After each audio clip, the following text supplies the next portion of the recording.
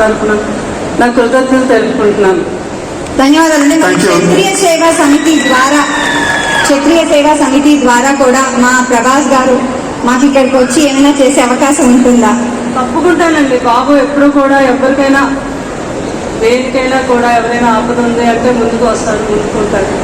మా ఫ్యామిలీ అందరూ కూడా సపోర్ట్గా ఉంటాం, మా క్షత్రియులకే కాదు అందరికీ కూడా. ధన్యవాదాలు. Thank you very much ma'am. And finally ఒకటి, అండ్ కేరళకు సంబంధించి వరద బాధితులకి ప్రభాస్ గారు గొప్ప మనసును చాటుకుంటూ ఒక అత్యద్భుతమైన సేవను, అండ్ ఎక్కడ ఏ కష్టం ఉన్నా ఒక రాజుగా అందరికీ నానిరాజ్ గారు, and you know him very well.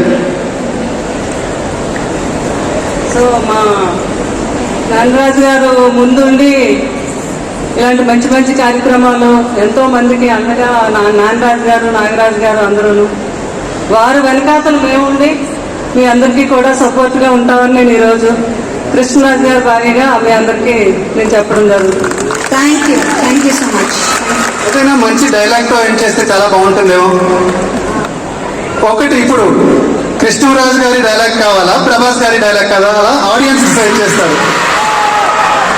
ఏది కావాలి? ప్రభాస్ గారికి ఒక్కసారి ఇస్తుంది, కృష్ణరాజు గారికి. ఓకే, ప్రభాస్ గారి గురించి అడుగుదాం. ఒక్క డైలాగ్ ఏదైనా మనం చెప్తామా? మనమే చెప్పాలి, ఆవిడ వింటారు. అంతేనా?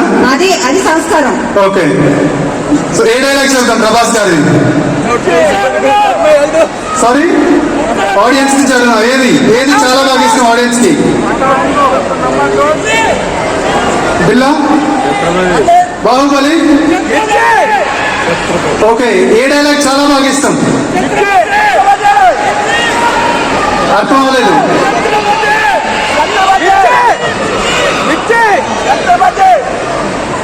వాడు ఎక్కడున్నా రాజు రాజేరా, అడవిలో సింహాసనం మీద ఉన్న పంచ పాండవుల అడవుల్లో ఉన్న వాడు ఎక్కడ ఉన్నా రాజు రాజేరా. బాహుబలిలో ఉన్నాం, అవునా కదా? రాజు స్థాయిని నిర్ణయించేది తన సింహాసనం కాదు, తన మనసు సేవ చేసే కార్యక్రమాలు. అలాగే ప్రభాస్ గారు గొప్పగా ఎక్కడ ఏ సేవా కార్యక్రమం ముందుంటారు. ఒక్కసారి అందరికీ ఒక్కసారి మన బోనాల ప్రోగ్రామ్ టీం ఇక్కడే ఉన్నారు. ఒక్కసారి థ్యాంక్ యూ.